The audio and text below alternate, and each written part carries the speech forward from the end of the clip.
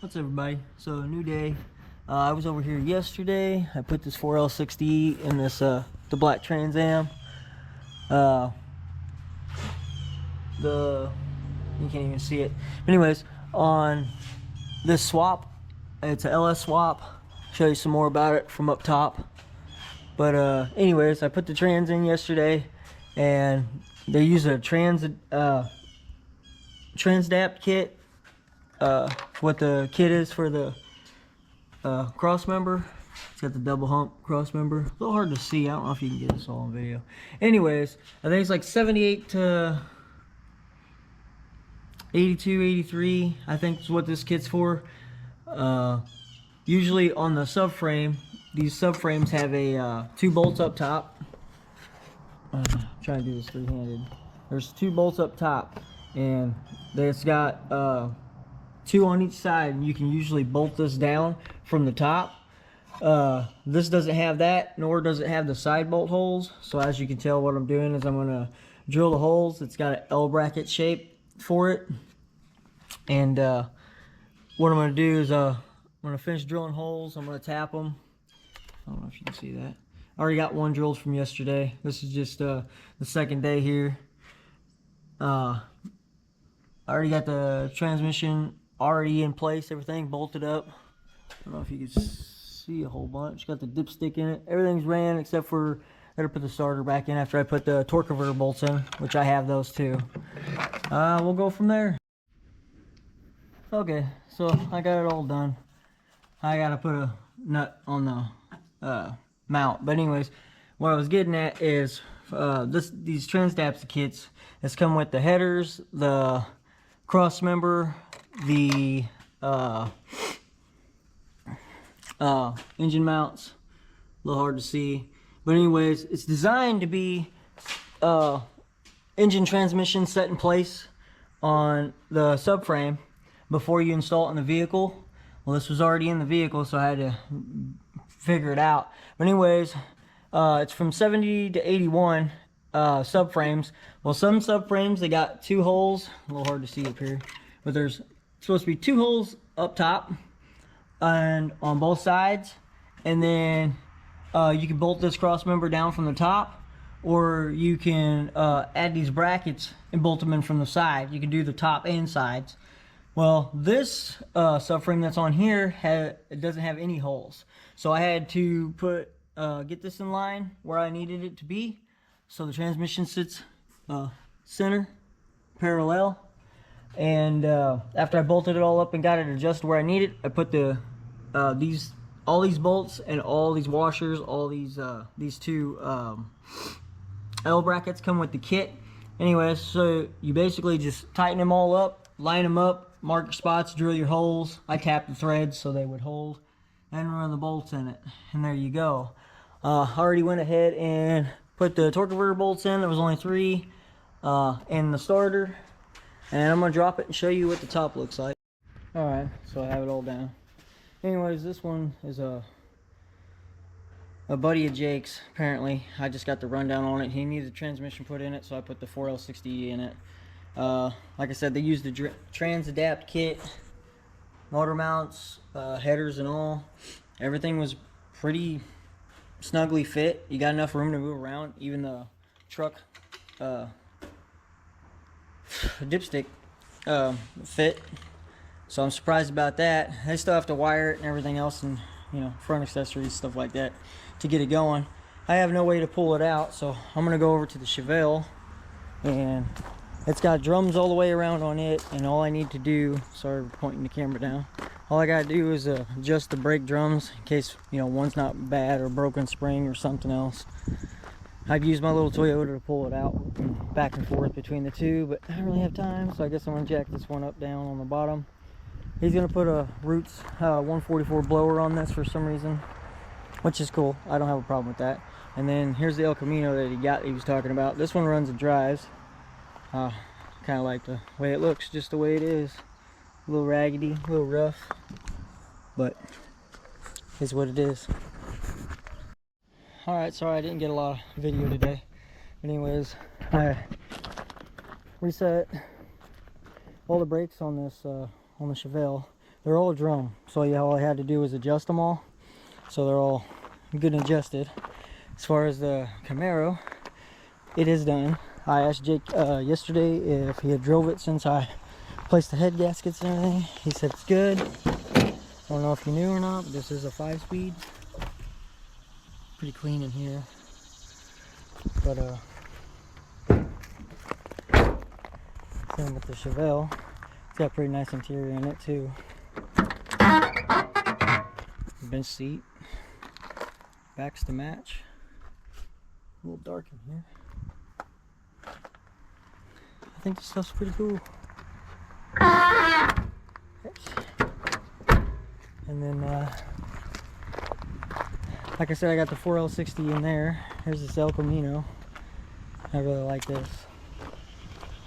Well, on TA, it's a 5.3. This has got, I think, a 350 in it. It's a bench seat truck too.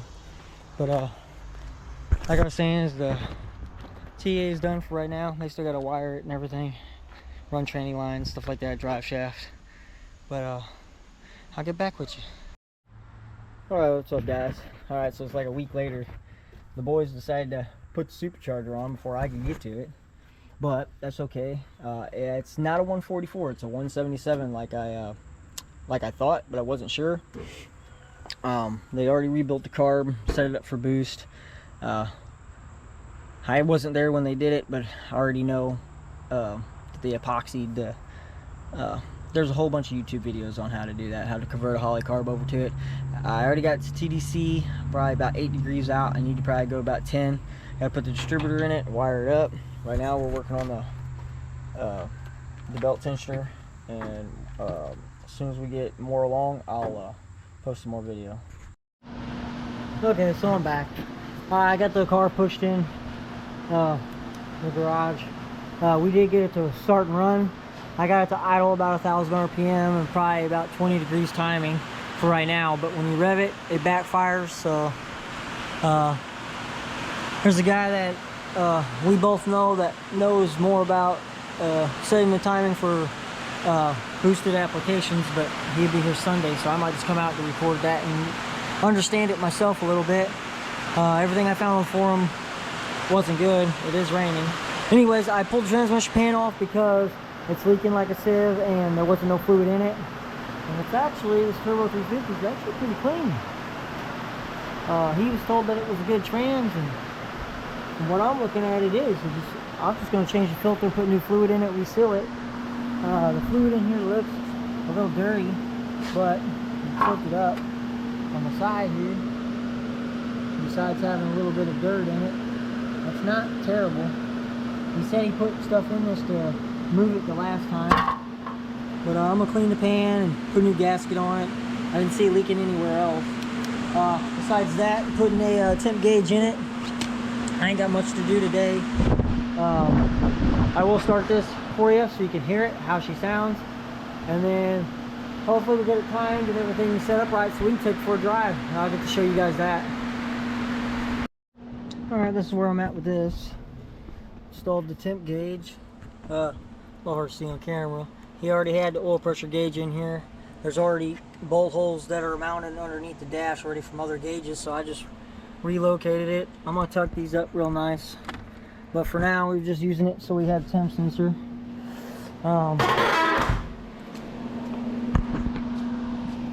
Advanced the timing a little bit, adjusted the carburetor just a tad.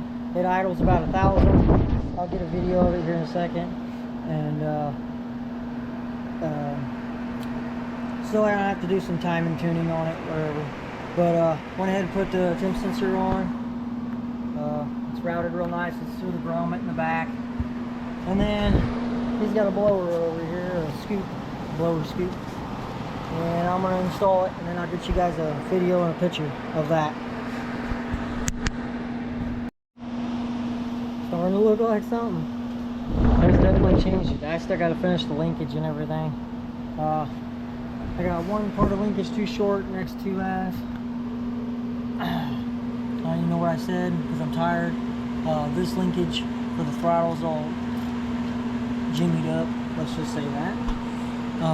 But it works, so they can get on its own power. What's today? Friday, I think. I think Sunday I'm gonna come back out and finish what I'm doing. I'll get more video. Alright, back at it again. I'm gonna drain the fluid out of this pan, reseal this rear end out of the Chevelle. Anyways, no leaks on transmission, shifts good, everything else. I still gotta start it and show you guys. I ended up finding out that I had some cross wires when we were in a rush to get the motor started. That's what the backfiring was. But I'm going to start it for you guys and let you hear it. And I set timing total around 3,000 RPM, about 20 degrees of timing, and it seems to run fine. I end up, it's not here anymore, but I just worked on a truck, fixed power steering. Two different trucks, same power steering for Vortec 350s. One was, a line was leaking, the other one with the line is was clogged, so I have to replace it. They're waiting on that. Other than that, I'm gonna get back with you when I'm on top. Alright guys, I finished the rear end, put new diff fluid in it, finished the cover. Went ahead and installed, I think it's out of Corvette C06 fans. They're not completely installed yet, they're just kind of sitting in there. Cover plate to make sure everything would fit. And then I got the linkage set up for the supercharger. I told you I'd get you a video of it running, so you can see this. I wish I had a tripod or something, but I don't. But here, I'll start it up for you guys. Now I'm going home for tonight.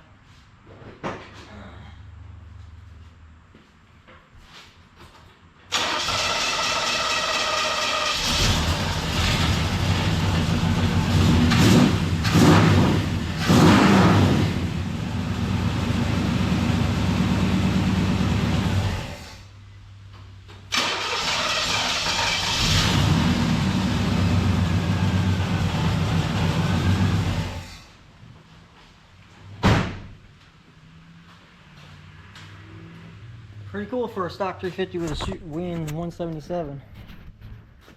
I probably, from messing with the linkage, got the carburetor flooded a little, but it's not all the way adjusted correctly, but it works. That's the main thing. Alright, I don't know what else I gotta do, but tonight I'm going home.